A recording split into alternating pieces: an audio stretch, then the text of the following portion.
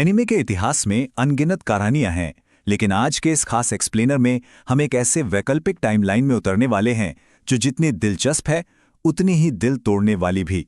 आज की हमारी चर्चा का केंद्र है फ्यूचर गोकू, एक ऐसा नायक जो असल में उस वक्त था ही नहीं जब उसकी सबसे ज्यादा जरूरत थी।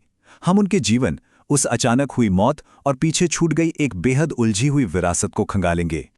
ये एक ऐसा सवाल है जो सच में रोंगटे खड़े कर देता है। क्या होगा अगर ब्रह्मांड के सबसे खूंखार दुश्मनों को धूल चटाने वाला रक्षक किसी बड़े युद्ध में नहीं बल्कि एक मामूली से वायरस के सामने हार जाए?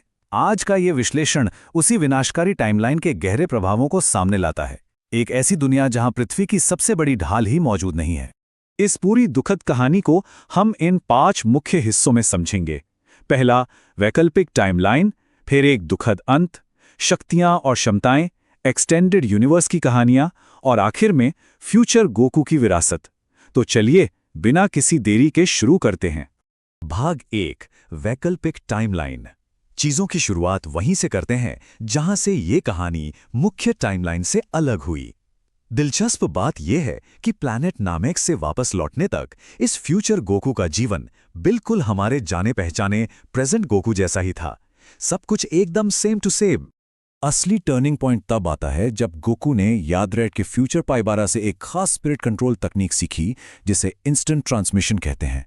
764 के अगस्त में फ्यूचर गोकू ने इसी तकनीक का इस्तेमाल करके सीधे पृथ्वी पर छलांग लगाई और बिना किसी मदद के फ्यूचर फ्रीजा और फ्यूचर किंग कोल्ड का खुद ही काम तमाम कर दिया।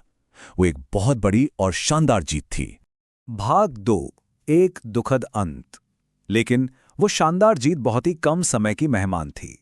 इस बचाव ने अनजाने में घटनाओं की एक ऐसी भयानक चेन रिएक्शन शुरू कर दी जिसने आगे चलकर पूरे ग्रह को ही कयामत के मुंह में धकेल दिया।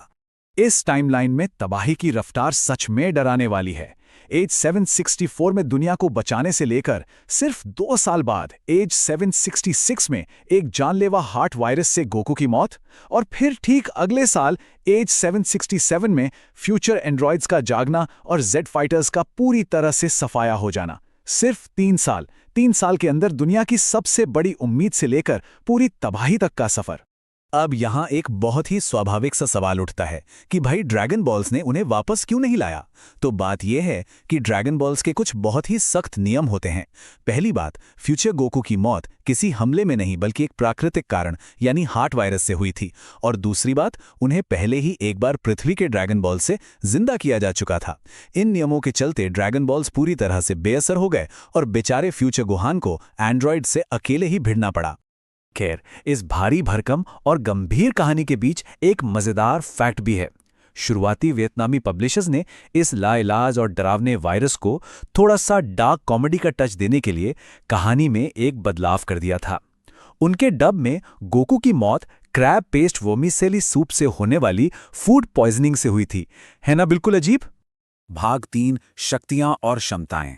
अब देखते हैं कि इस असामयिक मौत ने फ्यूचर गोकू की ताकत, उनके विकास और पूरे पावर स्केल को किस तरह से जड़ से बदल कर रख दिया। दोनों टाइमलाइंस के बीच का अंतर एक बहुत बड़ी विडंबना है। जहां एक तरफ प्रेजेंट गोकू वायरस से बच निकलता है, एंड्रॉइड्स के खतरे के लिए जी तोड़ ट्रेनिंग करता है और गोटेन का पिता बनता है, वहीं दूसरी तरफ फ्यूचर गोकू को तो आने वाले एंड्रॉइड खतरे की भनक तक नहीं थी। न कोई ट्रेनिंग हुई और न ही जीवन के वो खास पल आए। सब कुछ वहीं रुक गया। ये बात सच में झकझोर देने वाली है कि मौत के वक्त गोकू की उम्र सिर्फ 29 साल थी। वो अपनी शारीरिक क्षमता के चरम पर थे। इसका सीधा मतलब ये है कि कायोकेन, स्पिरिट बॉम्ब और अपनी सुपर सयान फॉर्म जैसी अकल्पनीय रूप से शक्तिशाली तकनीकों की पूरी क्षमता को वो अपने साथ ही हमेशा के लिए ले गए। भाग 4, एक्सटेंडेड यूनिवर्स में उपस्थिति। मेन कैनन में उनकी कहानी भले ही बहुत अचानक खत्म हो जाती है, लेकिन शुक्र है कि कई वीडियो गेम्स और एक्सटेंडेड मीडिया ने मौत के बाद भी उनके सफर को रोकने नहीं दिया। इन गेम्स ने साबित कर दिया कि एक सच्चा योद्धा कभी शांत नहीं बैठता।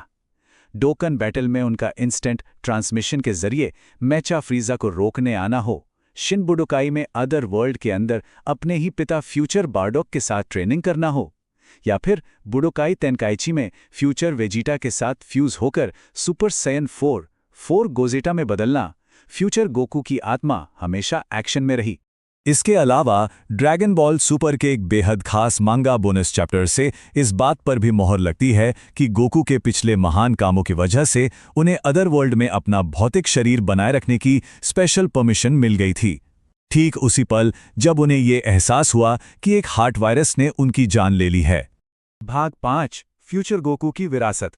अब हम अपनी चर्चा के उस आखिरी और सबसे चौंकाने वाले हिस्से की तरफ बढ़ते हैं, जहां अनजाने में लिए गए कुछ फैसलों ने इस वैकल्पिक नायक की पूरी नियति को ही हमेशा के लिए सील कर दिया।